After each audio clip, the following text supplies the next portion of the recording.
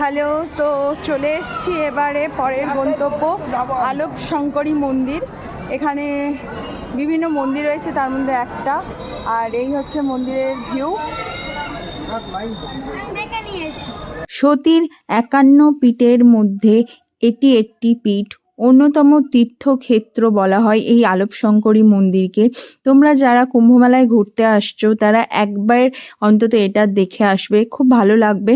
বলা হয় এখানে দেবী সতীর ডান হাতের তালু বা আঙুল পড়েছিল। আর এই মন্দিরের বিশেষত্ব হলো এখানে কোনো দেবীর মূর্তি নেই।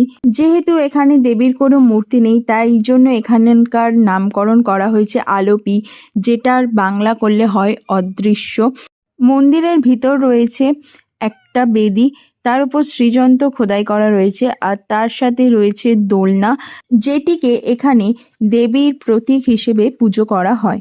আলোক শঙ্করী মন্দিরে এসেছিলাম, এখানে ভীষণ একটা বিখ্যাত জায়গা প্রয়াগরাজে বা এলাহাবাদে যেটা আমরা বলি। তো এখন পূজা দেওয়া শেষ, আমরা চলে যাচ্ছি। এই আসতে সাবধানে, চলো তোমাদের অন্য আবার একটা জায়গা নিয়ে গিয়ে দেখা হবে।